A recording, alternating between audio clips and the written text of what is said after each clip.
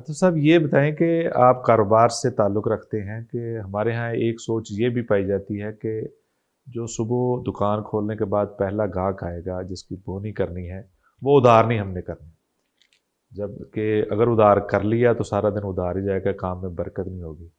اور حالانکہ شریعت میں تو یہ کہ اگر کوئی ضرورت مند واقعی ہے آپ اس کو ادھار یا قرض دیتے ہیں یہ تو اجر کا باعث ہے، تو ہمارے یہاں سوچ الٹ پائی جاتی ہے کہ یہ ایک نحوست کا باعث ہوگا۔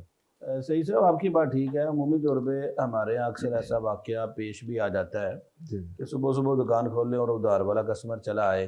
صحیح تو عمومی طور پہ بسا اوقات ایسے دن ہم نے بھی دیکھے ہیں کہ پھر وہ سارا دن جو ہے ادھار والے کسٹمر ہی چلے آتے ہیں۔ صحیح کبھی کبھی صبح صبح واپسی چلی آتی ہے تو اکثر پھر کسٹمر جو اس دن میں آتے ہیں وہ واپسی ہی لے کے آتے ہیں۔ لیکن اس کو نحوست کے ساتھ جوڑ لینا اور اس کو بدشگونی کے اندر لے لینا یہ تو درست نہیں ہے۔ بدشگونی لینے سے تو رسول اللہ صلی اللہ علیہ وسلم نے منع فرمایا۔ ہاں، اچھا فعال لیا جا سکتا ہے، جیسے رسول اللہ صلی اللہ علیہ وسلم نے سہیل صلح حدیبیہ کے موقع پہ اچھا جی فعال لیا کہ اب معاملہ آسان ہو جائے گا، اور اللہ نے آسان کر دیا۔ تو اچھا فعال لینا یہ تو درست ہے، لیکن یہ بدشگونی اس کا دین اسلام کے ساتھ کوئی تعلق نہیں ہے۔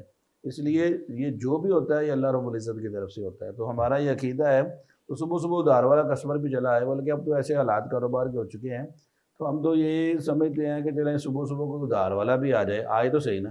کئی دن ایسے گزرتے ہیں کہ جس میں کوئی کسٹمر بھی نہیں آتا، تو ادھار والا بھی چلا آئے جو الحمدللہ، واپسی والا بھی چلا آئے تو اکثر طور پہ واپسی بھی کر لیتے ہیں جب ہمارا نقصان نہ ہو۔ تو جہاں پہ نقصان ہو تو وہاں پہ کسٹمر سے معذرت بھی